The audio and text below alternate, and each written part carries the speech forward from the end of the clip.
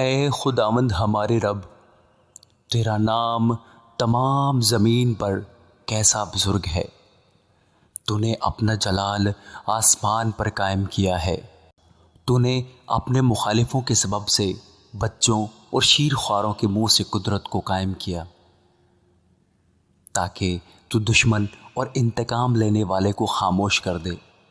جب میں تیرے آسمان پر جو تیری دستکاری ہے اور چاند اور ستاروں پر جن کو تو نے مقرر کیا غور کرتا ہوں، تو پھر انسان کیا ہے کہ تو اسے یاد رکھے، اور آدم زاد کیا ہے کہ تو اس کی خبر لے، کیونکہ تو نے اسے خدا سے کچھ ہی کمتر بنایا ہے اور جلال اور شوکت سے اسے تاجدار کرتا ہے۔